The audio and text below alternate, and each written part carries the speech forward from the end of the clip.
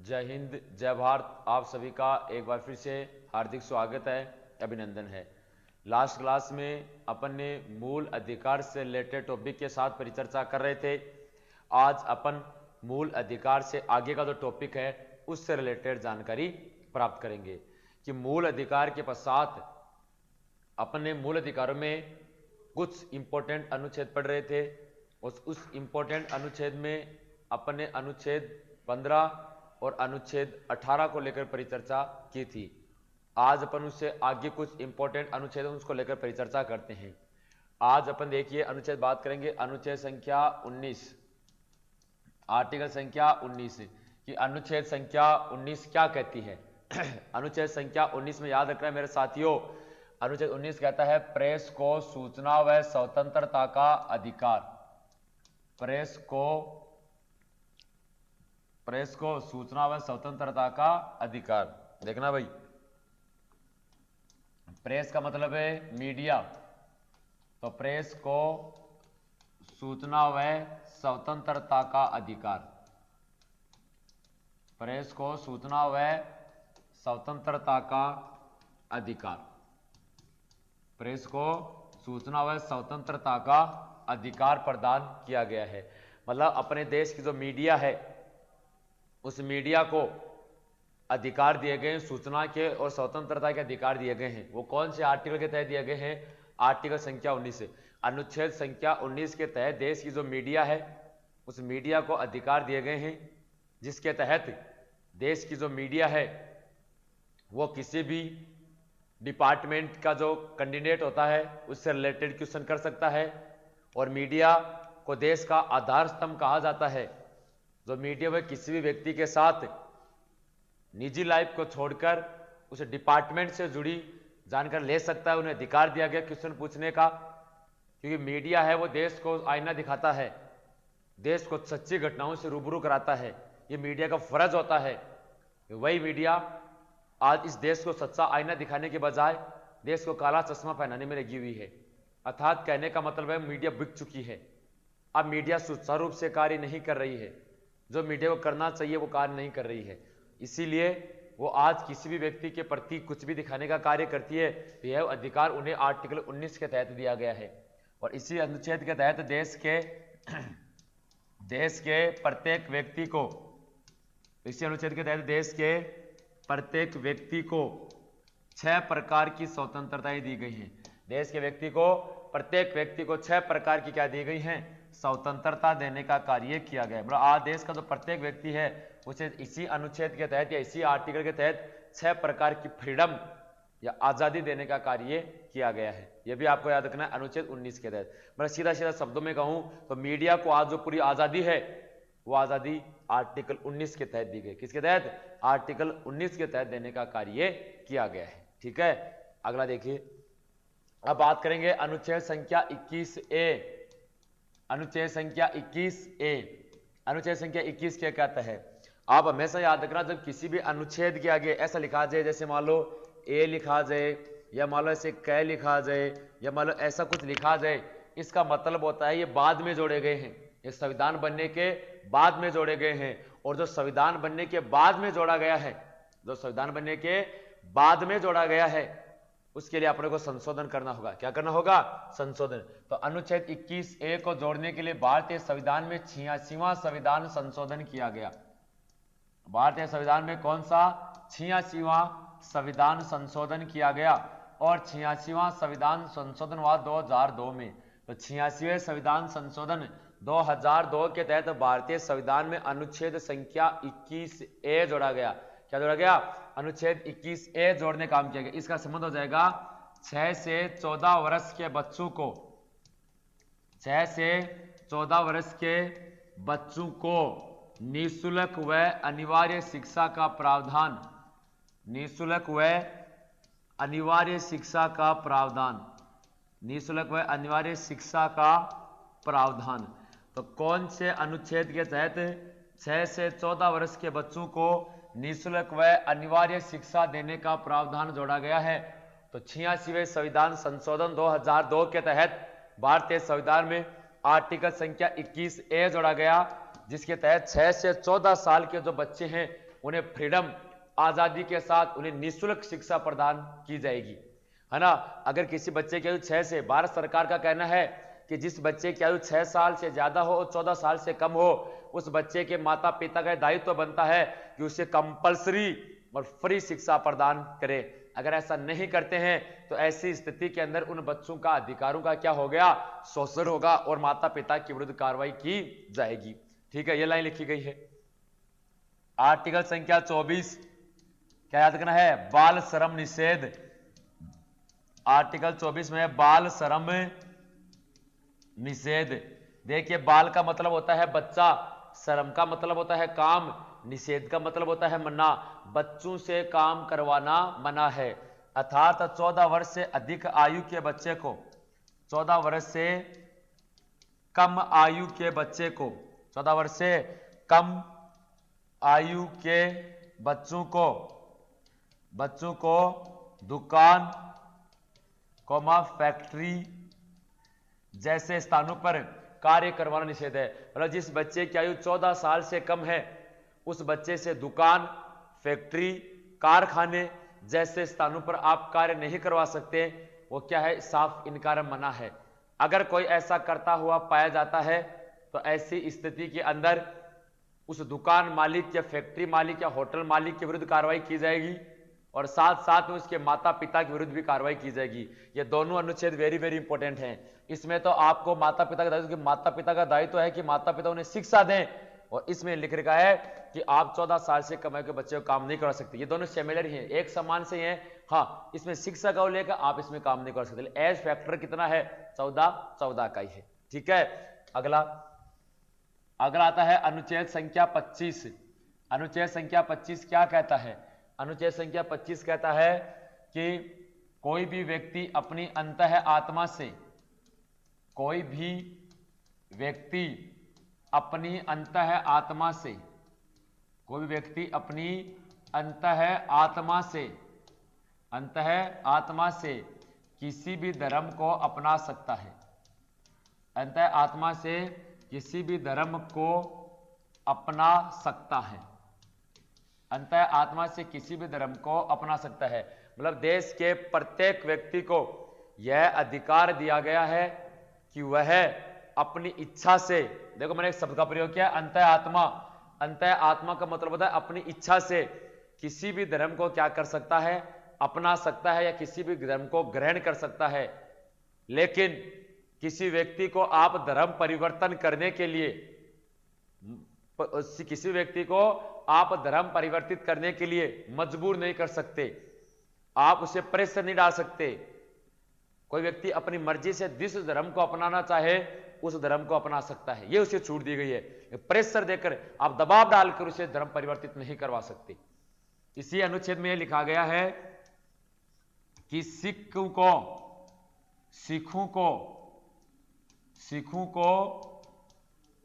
कृपाण धारण करने की स्वतंत्रता, सिखों को कृपाण धारण करने की स्वतंत्रता, सिखों को कृपाण धारण करने की स्वतंत्रता दी गई है। आर्टिकल 25 के तहत जो सिख धर्म या सिख संप्रदाय या सिख धर्म के जो लोग हैं उन्हें कृपाण धारण करने, कृपाण का मतलब शादी ब्याह में दूल्हा जो कटार सा पहनता है उसे कृपाण कहते हैं। सिख धर्म, सिखों के 10 गुरु हुए और सिखों में 10वें गुरु थे गुरु गोविंद सिंह। कौन थे सिखों के 10वें गुरु? थे गुरु गोविंद सिंह। गुरु गोविंद सिंह जी का कहना था कि सच्चा सिख वही है जो 5 बातों का पालन करता है। सच्चा सिख वही है जो 5 बातों का पालन करता है। एक तो कंघा, एक केस, एक कड़ा, एक कच्छा और एक कृपाण। इन 5 बातों का जो पालन करेगा वही सच्चा सिख है। उसके अंदर जो कृपाण है उसे धारण करने की स्वतंत्रता सिख संप्रदाय के लोगों को आर्टिकल संख्या 25 के तहत दी गई है। ठीक, लास्ट आर्टिकल संख्या 32 संवैधानिक उपचारों का अधिकार। संवैधानिक उपचारों का अधिकार, यह संवैधानिक उपचारों का अधिकार का मतलब क्या हुआ? संवैधानिक उपचारों का अधिकार का मतलब हुआ, देखो इस लाइन को मैं संक्षिप्त में समझाने की कोशिश करता हूं।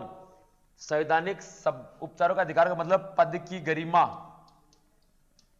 पद की गरिमा मतलब कि देश के या अपने देश के संविधान में जो सरकारी डिपार्टमेंट हैं उनके अंदर बड़े पद, उसके बाद छोटे अलग अलग प्रकार के पदों का निर्धारण किया गया है। इसके अंदर यह लाइन लिखी गई है कि किसी भी डिपार्टमेंट का जो अपर अधिकारी है, उच्च अधिकारी है, वह अपने निम्न अधिकारी को आदेश दे सकता है, लेकिन निम्न अधिकारी कभी भी उच्च अधिकारी को आदेश नहीं देगा, उसे विनती करेगा। अधिकारी आदेश देने का अधिकार नहीं दिया गया है, यह याद रखना आपको। इसके तहत बड़े पद और छोटे पद के बीच की जो आपस में मर्यादा है वो मर्यादा बनी रहती है। मर्यादा बनाए रखने के लिए इस आर्टिकल को जोड़ा गया है।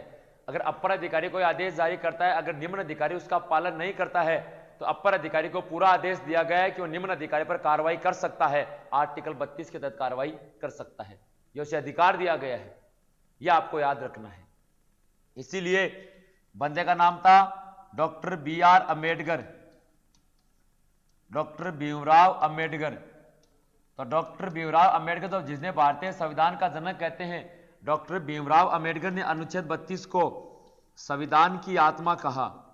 प्रश्न आ जाए कि अनुच्छेद 32 को संविधान की आत्मा किसने कहा, तो अनुच्छेद 32 को संविधान की आत्मा किसने कहा, पंडित डॉक्टर भीमराव अम्बेडकर ने। किसे कहा, डॉक्टर भीमराव अम्बेडकर ने। पद संविधान की आत्मा, अपने देश में दो प्रकार की आत्माएं घूमती है जी। अगर सीधे शब्दों में कहूं, बंदे का नाम था पंडित जवाहरलाल नेहरू। तो पंडित जवाहरलाल नेहरू जी ने, पंडित जवाहरलाल नेहरू ने प्रस्तावना को संविधान की आत्मा कहा, जबकि doctor BR Ambedkar, doctor Bhimrao Ambedkar, doctor Bhimrao Ambedkar ने अनुच्छेद संख्या 32 को, अनुच्छेद संख्या 32 को संविधान की आत्मा कहा। अलग अलग प्रश्न बनता है कि निम्नलिखित में से पंडित जवाहरलाल नेहरू ने संविधान की आत्मा किसे कहा, प्रस्तावना को, और डॉक्टर भीमराव अम्बेडकर ने किसे कहा, अनुच्छेद 32 को संविधान की आत्मा कहा। अनुच्छेद 32 को आत्मा क्यों कहा, क्योंकि इससे पद की क्या बनी रहती है, गरिमा बनी रहती है। यह आपके कुछ महत्वपूर्ण संविधान अनुच्छेद थे। मूल अधिकारों में मूल अधिकार का चैप्टर यहां पर क्लोज होता है। आपके अकॉर्डिंग ज्यादा इसमें आपको अंदर जाने की अनुमति नहीं है, या फिर मैं ऐसे शब्द का प्रयोग करूं कि आपको ज्यादा पढ़ने की जरूरत नहीं। एयरफोर्स नेवी के अकॉर्डिंग इतना सफिशिएंट है। हालांकि आज तक आर्टिकल आपके सिलेबस में दे तो नहीं रखे हैं, पेपर में नहीं आए हैं, एक बार पूछ लिया था, उसके बाद अपने को पढ़ना पड़ रहा है, क्या पता दोबारा भी पूछ सकता है। ठीक है, बढ़ते हैं अगले टॉपिक की ओर। अगला जो टॉपिक रहेगा वो अपन पढ़ेंगे भाग 4। अगला है भाग 4, अनुच्छेद संख्या 36 से लेकर और अनुच्छेद संख्या 51, और भाग 4 का संबंध हो जाएगा नीति निर्देशक तत्व, नीति निर्देशक तत्व। अगला अपन लास्ट बढ़ा था भाग 3।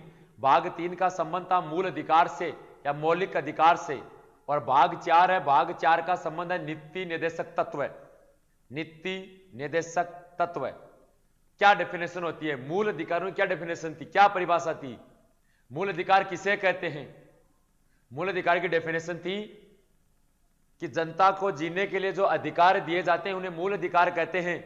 तो नीति निर्देशक तत्व की परिभाषा क्या है, राज्य सरकार को दिए गए वह अधिकार, राज्य सरकार को दिए गए वह अधिकार जिसके माध्यम से राज्य की जो सरकार है ये राज्य के लोगों का, राज्य की सरकार राज्य के लोगों का क्या करे, विकास करती है।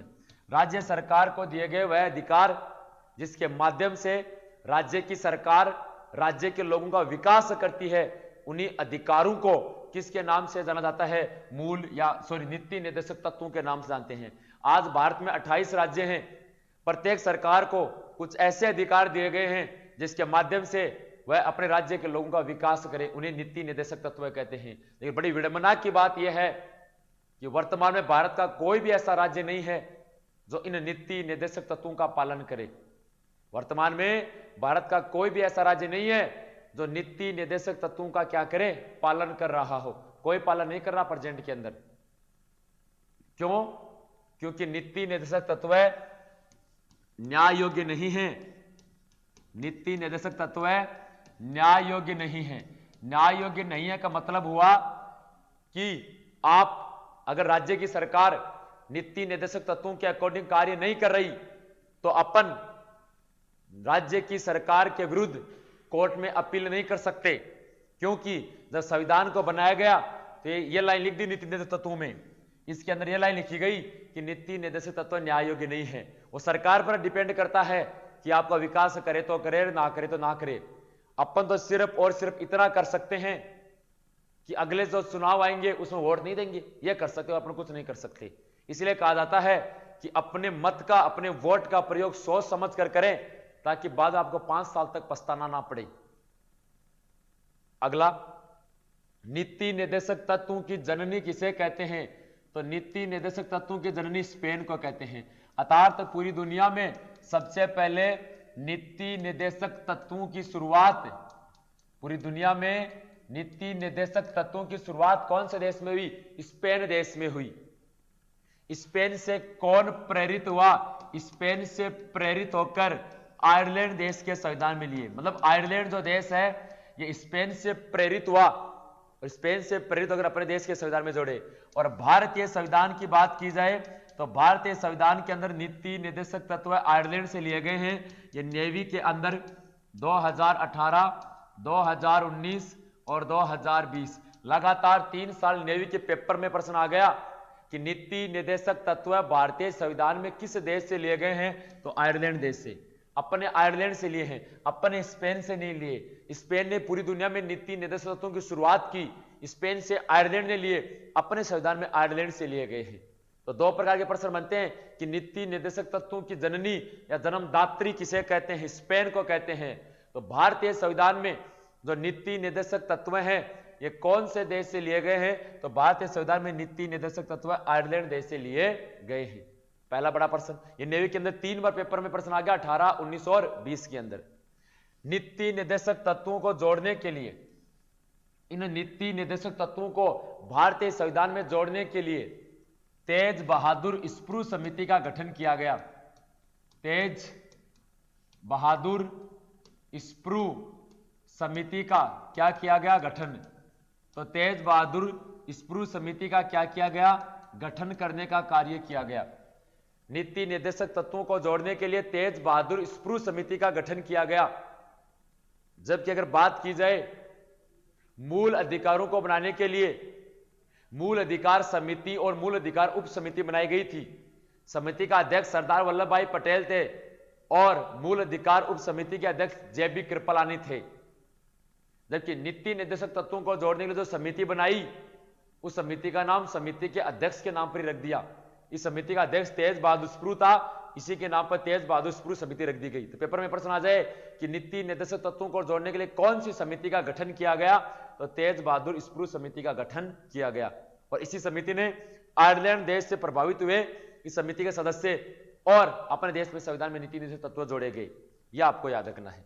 नेक्स्ट, आगे अगर बात की जाए तो नीति निर्देशक तत्वों का मुख्य आधार क्या था?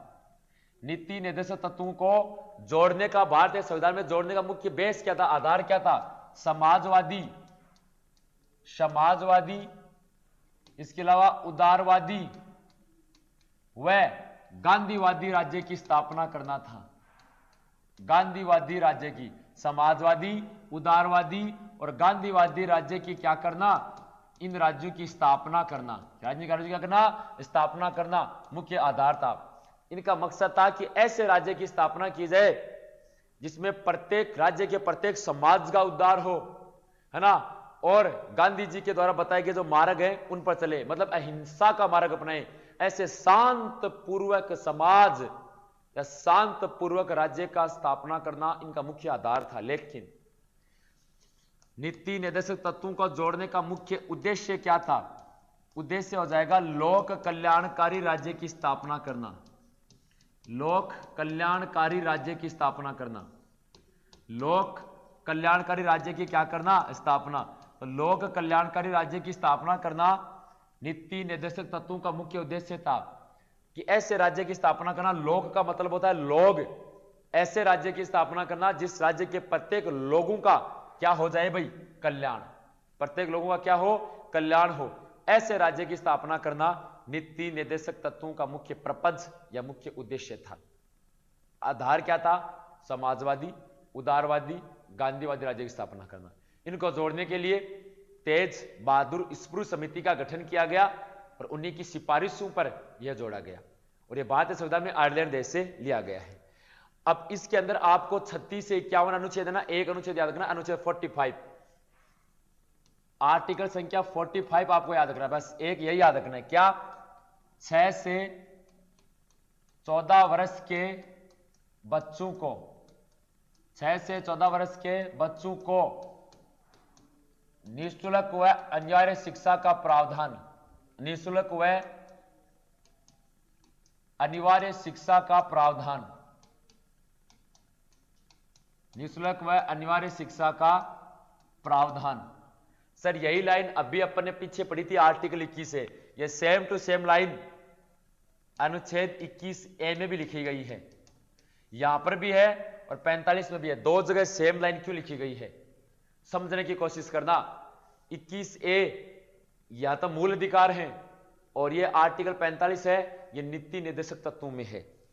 अगर मान लो किसी बच्चे की आयु 14 साल से कम है, अगर उसके माता पिता उसे शिक्षा नहीं दे रहे तो उस बच्चे के विरुद्ध, उस बच्चे के अधिकारों का शोषण हो गया तो उसके माता पिता पर कार्रवाई आर्टिकल 45 के तहत होगी या आर्टिकल 21A के तहत होगी। आपको जानकारी दे दूं, आर्टिकल 45 के तहत उस बच्चों के माता पिता पर कार्रवाई नहीं होगी। क्यों? क्योंकि आर्टिकल 45 नीति निर्देशक तत्व में जोड़ा गया है और नीति निर्देशक तत्व न्याय योग्य नहीं है, इसीलिए न्याय योग्य नहीं है, इसलिए इसी लाइन को आर्टिकल 21A में जोड़ा गया, आर्टिकल 21A में जोड़ा गया इसी लाइन को, ताकि उन बच्चे के माता पिता पर कार्रवाई की जा सके, बच्चे को न्याय मिल सके। 21A से न्याय क्यों मिलेगा जी? क्योंकि 21A मूल अधिकारों में आ जाएगा, मूल अधिकार न्याय योग्य है, मूल अधिकार क्या है, न्याय योग्य है, इसलिए ये यहां पर जोड़ा गया है। इसलिए दोनों सेम ही लाइन है, लेकिन आपको जो न्याय मिलेगा वो न्याय आर्टिकल 21A के तहत दिया जाएगा, अनुच्छेद 45 के तहत आपको न्याय प्राप्त नहीं होता है। बस ये 4 प्रश्न बनते हैं मूल नीति निर्देशकों से, आपको 4 प्रश्न याद रखने हैं। मैं रिपीट कर देता हूं। पहला प्रश्न, भारतीय संविधान के कौन से भाग में नीति निर्देशक तत्वों का उल्लेख किया गया है? 4 नंबर। दूसरा प्रश्न, नीति निर्देशक तत्वों की जननी किसे कहते हैं? स्पेन को। अपन ने कहां से लिए? भारतीय संविधान में, आयरलैंड से। तीसरा प्रश्न, नीति निर्देशक तत्वों को बनाने के लिए कौन सी समिति का गठन किया गया? तेज बहादुर स्प्रू समिति का गठन किया गया। और नंबर 4, भारतीय संविधान के कौन से अनुच्छेद में 6 से 14 साल के बच्चों को निःशुल्क और अनिवार्य शिक्षा देने का प्रावधान किया गया है? आर्टिकल 45 में किया गया है। बस समाप्त। ठीक है, आगे बढ़ते हैं। आगे बात की जाए, देखिए अब बात करेंगे, अगला जो टॉपिक आता है वो आता है भाग 4 क। भाग 4 क अनुच्छेद 51 क, और इसका रिलेशन हो जाएगा मूल अधिकार से, सॉरी मूल कर्तव्य, मूल कर्तव्य, मूल कर्तव्य। देखो मैंने अभी भी आपके साथ एक लाइन डिस्कस की, मैंने कहा भी किसी भी शब्द के आगे आपको ऐसा देखो, ऐसे क या ए या कुछ ऐसा लिखा मिल जाए, इसका मतलब होता है ये बाद में जोड़े गए हैं, ये बाद में जोड़े गए हैं। जब भारतीय संविधान का निर्माण हुआ, भारतीय संविधान का निर्माण कब हुआ? 26 नवंबर 1949। तो 26 नवंबर 1949 को भारतीय संविधान का निर्माण हुआ। तो 26 नवंबर 1949 को जब भारतीय संविधान का निर्माण हुआ, उस समय यह भाग 4 क संविधान में नहीं था, यह बाद में जोड़ा गया है। और बाद में जोड़ने के लिए क्या करना पड़ेगा? संशोधन करना पड़ेगा। कहने का मतलब भाग 4 को जोड़ने के लिए अपने देश में संविधान संशोधन किया गया। क्योंकि ये मूल संविधान में नहीं था। तो भाग 4 में क्या लिखा गया है? मूल कर्तव्य। मूल कर्तव्य क्या होते हैं? मूल कर्तव्य की परिभाषा क्या होती है? मूल कर्तव्य का मतलब होता है कि देश के प्रत्येक नागरिक, भाई देश का नागरिक होने के नाते देश के प्रत्येक नागरिक के कुछ ऐसे कर्तव्य हैं जिसका वह पालन करें। आज मैं भारत देश का नागरिक हूं तो मेरे कुछ ऐसे कर्तव्य बनते हैं कि मैं उनका पालन करूं। ऐसे 11 मूल कर्तव्य हैं, 11 मूल कर्तव्य हैं, जिसमें एक दो मैं आपको पढ़कर सुना देता हूं। पहला मूल कर्तव्य यह है कि देश के राष्ट्रगान, राष्ट्रगीत और राष्ट्रध्वज का मान करें, सम्मान करें। यह मेरा देश, मैं भारत देश का नागरिक हूं, मेरा दायित्व है ये। मैं मेरे राष्ट्रगान, मेरे देश के राष्ट्रगीत, मेरे देश के राष्ट्रध्वज का मैं मान और सम्मान करूं। अब पालन करें तो करें, ना करें तो ना करें, कोई कंपल्सरी नहीं है, लेकिन देश के नागरिक होने के नाते आपका दायित्व बनता है, आपकी रिस्पॉन्सिबिलिटी है कि आप उनका पालन करें। ठीक है। दूसरी लाइन, दूसरा मूल कर्तव्य यह लिखा गया है कि देश के जो जवान देश के बॉर्डर पर रहकर जो शहीद हो गए, या जो आज आजादी को लेकर शहीद हो गए और आज जो शहीद हो रहे हैं, देश की रक्षा कर रहे हैं, 24 घंटे तैनात हैं, देशवासी सुख की चैन नींद सो रहा है, जो शहीद हो रहे हैं उनको दिल में संजोए रखें, उनका भी मान करें, सम्मान करें। यह अपना देश के नागरिक होने के नाते अपना यह कर्तव्य बनता है। क्या बनता है? अपना यह कर्तव्य बनता है। ठीक है। तो कहने का मतलब यह भाग 4 के मूल संविधान में नहीं था। इसको जोड़ने के लिए 42वां संविधान संशोधन किया गया। भाग 4 क या मूल कर्तव्यों को भारतीय संविधान में जोड़ने के लिए 42वें संविधान संशोधन, और 42वां संविधान संशोधन कब हुआ? 1976 में। 42वां संविधान संशोधन कब हुआ? 1976 में, जिसके तहत भारतीय संविधान में 42वें संविधान संशोधन 1976 के तहत भारतीय संविधान में भाग 4 क जोड़ा गया। क्या जोड़ा गया? भाग 4 क में अनुच्छेद 51 क जोड़ा गया, और इनके अंदर क्या जोड़े गए? 10 मूल कर्तव्य जोड़े गए।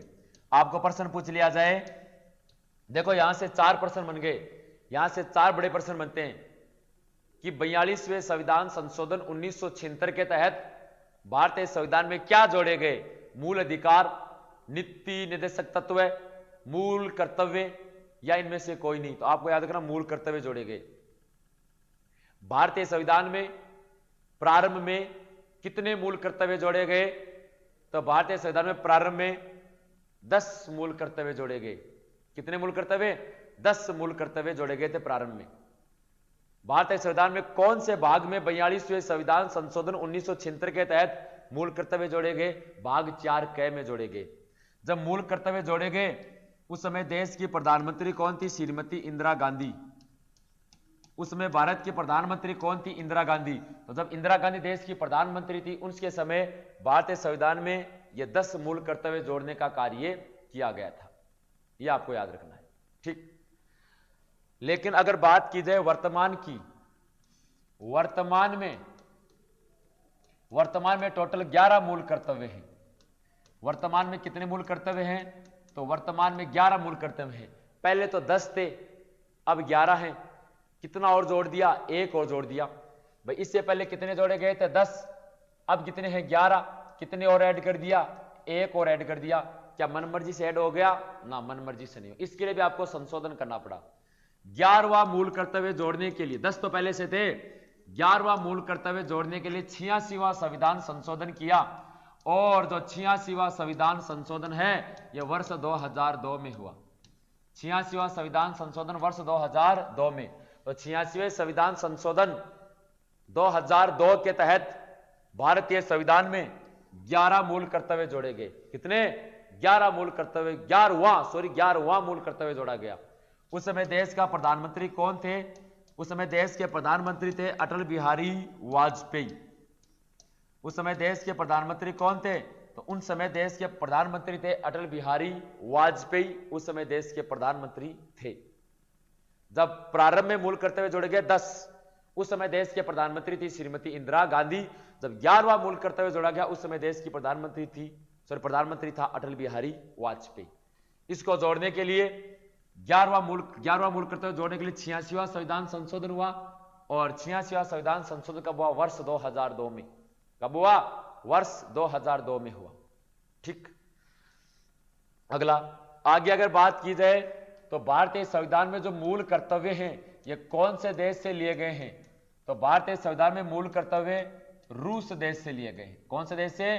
भारतीय संविधान में मूल कर्तव्य रूस देश से लिए गए। जैसे नीति निर्देशक तत्व आयरलैंड देश से लिए गए हैं, मूल अधिकार अमेरिका देश से लिए गए हैं, दोहरी नागरिकता अमेरिका से ली, एकल नागरिकता इंग्लैंड से ली। उसी प्रकार भारतीय संविधान में जो मूल कर्तव्य हैं ये कौन से देश से लिए गए? मूल कर्तव्य रूस देश से लिए गए। कौन से देश से लिए गए? रूस देश से लेने का कार्य किया गया। ठीक, आगे देखिए, आगे अगर बात की जाए मूल कर्तव्यों की, तो मूल कर्तव्यों को जोड़ने के लिए सरदार सुवर्ण सिंह समिति, भारतीय संविधान में मूल कर्तव्य किस समिति की सिफारिश पर जोड़े गए? तो भारतीय संविधान में मूल कर्तव्य सरदार सुवर्ण सिंह समिति की सिफारिश पर जोड़े गए। किसकी सिफारिश पर? सरदार सुवर्ण सिंह समिति की सिफारिश पर जोड़े गए। जैसे मूल अधिकारों को बनाने के लिए 2 समितियां बनाई, एक तो बनाई मूल अधिकार समिति, एक बनाई मूल अधिकार उप समिति, 2 समितियां थी। उसी प्रकार नीति निर्देशक तत्वों को जोड़ने के लिए तेज बहादुर स्पृह समिति बनाई गई। उसी प्रकार से मूल कर्तव्यों को जोड़ने के लिए कौन सी समिति का गठन किया गया? सरदार सुवर्ण सिंह समिति का गठन किया गया। सरदार सुवर्ण सिंह समिति का गठन किया गया। तो आपको याद रखना है ये मूल कर्तव्य इसी की समिति की सिफारिश पर जोड़े गए, और ये कौन से देश से लिए गए हैं? ये रूस देश से लेने का कार्य किया गया है। कौन से देश से? रूस देश से लेने का कार्य किया गया है। बहुत इंपॉर्टेंट प्रश्न है, कई बार एग्जाम में प्रश्न आता है। ये आपका भाग 4 का कंप्लीट हुआ, आपकी 50% पॉलिटी कंप्लीट हो गई। क्या पढ़ने के बाद? मैंने आपको पहला टॉपिक पढ़ाया संविधान का सामान्य परिचय, फिर मैंने पढ़ी अनुसूची, फिर मैंने पढ़ाई विदेशी स्रोत, फिर मैंने पढ़ाई प्रस्तावना, फिर मैंने पढ़ाया भाग 1, फिर मैंने पढ़ाया भाग 2, फिर मैंने पढ़ाया भाग 3, फिर मैंने पढ़ाया भाग 4, फिर मैंने पढ़ाया भाग 4 क। मैंने 9 टॉपिक करवा दिए पॉलिटी के आपको, छोटे छोटे भले ही छोटे होने के 9 टॉपिक हो गए। अब मैं बात करूंगा 1-2 अपने पेपर में आए पीछे, एयरफोर्स में, नेवी में कॉमन क्वेश्चन जो आए हुए प्रश्न है, मैं 1-2 आपको हाईलाइट कर देता हूं। अगली क्लास से अपन अपने देश का जो सबसे बड़ा टॉपिक है अपने संविधान का प्रश्न राष्ट्रपति, उसके बारे में चर्चा करेंगे। तो अब मैं आपको कुछ आए हुए क्वेश्चन हाईलाइट करता हूं कि कैसे क्वेश्चन आए थे। जैसे ये प्रश्न नेवी का था, नेवी 2018, 19 और 20। भारतीय संविधान में नीति निर्देशक तत्वों का प्रावधान कहां से लिया गया है? कहां से लिया गया है? भारतीय संविधान में नीति निर्देशक तत्वों का प्रावधान कहां से लिया गया? जैसे ऑप्शन नंबर 1 रूस, number 2 America, number 3 Ireland, number 4 England. यह प्रश्न था, और यह प्रश्न कब का है? नेवी 2018, 2019 और 2020। प्रश्न है कि भारतीय संविधान में जो नीति निर्देशक तत्व हैं वो कौन से देश से लिए गए हैं? अब देखो भाई, ऑप्शन देखते हैं अपने, मैंने आपको डायरेक्ट याद करवा रखा है। नीति निर्देशक तत्व भारतीय संविधान में कौन से देश से लिए गए हैं? आयरलैंड। इसका राइट आंसर आयरलैंड होगा। अमेरिका से मैंने आपको बताया, अमेरिका से भारतीय संविधान में क्या लिए गए हैं? मूल अधिकार। अमेरिका से क्या लिए गए हैं? मूल अधिकार लिए गए हैं। और रूस से बात की जाए तो रूस से लिए गए हैं मूल कर्तव्य। रूस देश से क्या लिए गए हैं? मूल कर्तव्य लिए गए हैं। और अगर बात की जाए इंग्लैंड से एकल नागरिकता ली गई है। इंग्लैंड देश से क्या ली गई है? एकल नागरिकता लेने का कार्य किया गया है। ये 3 आपको लाइन याद रखनी है, ऐसे प्रश्न आता है। तो इसमें आपको मैंने तो क्लिफिकेशन कर दिया, मतलब आपको थोड़ा सा मैंने डिटेल से बता दिया कि भाई यह कहाँ से क्या कर, आपको डायरेक्ट आपको ऑनलाइन एग्जाम में डायरेक्ट आपको क्लिक करना है, किसको क्लिक करना है, आयरलैंड को डायरेक्ट आप क्लिक करो, आयरलैंड से लिया गया। बस एक पर्सन में और डिस्कस कर लेता हूं, मूल कर्तव्य से संबंधित है क्वेश्चन है, मूल भारतीय संविधान में मूल कर्तव्य किस वर्ष जोड़े गए, मूल कर्तव्य किस वर्ष जोड़े गए, 1949, 1950, 1967, 1942, 1966, 42 से संविधान संशोधन 1976, सॉरी 1976।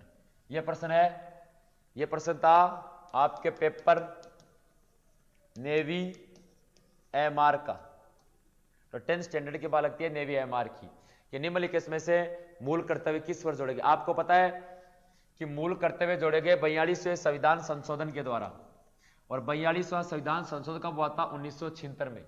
कहने का मतलब इसका राइट आंसर क्या हो जाएगा, इसका राइट आंसर हो जाएगा 1976, इसका राइट आंसर होगा, क्योंकि मूल कर्तव्य जब भारतीय संविधान का निर्माण हुआ था उस समय भारतीय संविधान में नहीं थे। एक प्रश्न और देखो, ऐसा रिलेटेड आपको घुमाने वाला प्रश्न, प्रारंभ में मूल अधिकार, प्रारंभ में मूल अधिकारों की संख्या थी, प्रारंभ के अंदर मूल अधिकारों की संख्या कितनी थी, नंबर 1 7, नंबर 2 6, नंबर 3 5, नंबर 4 4। ये लो, ये आपके ऑप्शन है। प्रश्न आता है कि मूल अधिकारों की संख्या कितनी थी, तो प्रारंभ जब भारतीय संविधान का निर्माण हुआ उस समय मूल अधिकारों की संख्या कितनी थी, तो जब बात की उसमें मूल अधिकारों की संख्या कितनी थी, 7 थी। कितनी थी, 7। लेकिन प्रेजेंट के अंदर कितनी है, 6। ये वर्तमान की बात कर रहा हूं मैं, वर्तमान में 6, लेकिन अगर पहले बात की जाए सबसे पहले कितनी थी, 7 थी। तो ऐसे आपके एग्जाम में प्रश्न पूछने का काम किया जाता है, ऐसे पेपर में क्वेश्चन आते हैं आपके, छोटे मोटे एकदम नॉर्मल से क्वेश्चन आते हैं, आप आसानी से उन क्वेश्चनों का समावेश कर सकते हैं। हाँ, एक प्रश्न और आता तो बड़ा कंफ्यूज करता है, निम्नलिखित में से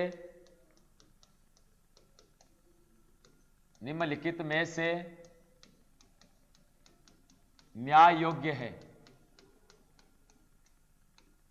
निम्नलिखित में से न्याय योग्य है, नंबर 1 मूल कर्तव्य, नंबर 2 नीति निर्देशक तत्व, नंबर 3 मूल अधिकार, और नंबर 4 प्रस्तावना। यह प्रश्न बहुत बार पेपर में आया है, बहुत बार पेपर में आया है कि निम्नलिखित में से न्याय योग्य है, मूल अधिकार है, मूल कर्तव्य है, नीति निर्देशक तत्व हैं या प्रस्तावना है। मैंने आपको पढ़ा दिया और बता भी दिया, केवल और केवल कौन, मूल अधिकार न्याय योग्य हैं, यही सिर्फ और सिर्फ न्याय योग्य है, ना तो मूल कर्तव्य न्याय योग्य है, ना नीति निर्देशक तत्व न्याय योग्य है, ना प्रस्तावना न्याय योग्य है। जो न्याय योग्य है वो केवल और केवल कौन है, मूल कर्तव्य है। कौन है, मूल अधिकार न्याय योग्य है। अगर आपको नहीं मिल रहे तो ऐसी कंडीशन के अंदर आप कोर्ट में चुनौती दे सकते हैं, आप न्यायालय में चुनौती दे सकते हैं, यह आपको याद रखना है। देखो इसमें ऐसे प्रश्न बनते हैं, 50% पॉलिटी होगी, अगली जो अपनी क्लास होगी उस अगली क्लास में अपन राष्ट्रपति का टॉपिक पढ़ेंगे, जो बहुत बड़ा टॉपिक और बहुत अहम टॉपिक होने वाला है एग्जाम को लेकर, जहां से बड़े क्वेश्चन बनेंगे और उसको अपन पढ़ेंगे, बहुत शानदार है। ये छोटा सा विवरण था, आप ऐसे पीडीएफ भी आपको मिल जाएगी ऐप के माध्यम से, लेकिन आप डायरेक्ट भी क्या कर सकते हैं, इनको मेरे साथ साथ नोट्स भी बना सकते हैं, क्योंकि अपने को तो ऑफलाइन, भले अपन ऑनलाइन पढ़ रहे हैं, लेकिन ऑफलाइन वाली सी फीलिंग आनी चाहिए, ऐसे महसूस होना चाहिए कि मेरे सामने है आप या मैं आपके सामने हूं, तभी मजा है। ये माध्यम भले ही अपना ऑनलाइन है पहुंचने का, लेकिन ऐसा महसूस होना चाहिए कि अपन आमने सामने बैठे हैं, ठीक है ना। तो ऐसे अपने को जोर शोर से तैयारी करनी है। एयरफोर्स अगर नेवी में सिलेक्शन चाहिए तो आपको प्रतिदिन, एयरफोर्स नेवी में सिलेक्शन के लिए प्रतिदिन आपको 6 घंटा पढ़ना पड़ेगा। अगर आप लगातार 3 महीने अगर आप लगातार 3 महीने 6-6 घंटा सेल्फ स्टडी कर लेते हैं, क्लास के अलावा सेल्फ स्टडी कर लेते हैं, तो आपका सिलेक्शन 100% हो जाएगा। आपका वो सिलेक्शन जो रूपी शब्द है आपके चरणों में होगा और ये कहेगा जी मुझे स्वीकार कीजिए, मैं आपके पास आने के लिए तत्पर हूं। इसलिए ऐसे पढ़ते रहना है, हमेशा जोश और जज्बे को बरकरार रखना। आप डिफेंस के जवान हैं, इसलिए जोश कम नहीं होना चाहिए, जोश हमेशा हाई लेवल तक का होना चाहिए, क्योंकि जितना जोश आप में होगा सिलेक्शन की धार उतनी तेज होगी। मिलेंगे अगले क्लास में राष्ट्रपति के साथ, तब तक के लिए पढ़ते रहिए, आगे बढ़ते रहिए। जय हिंद, जय भारत।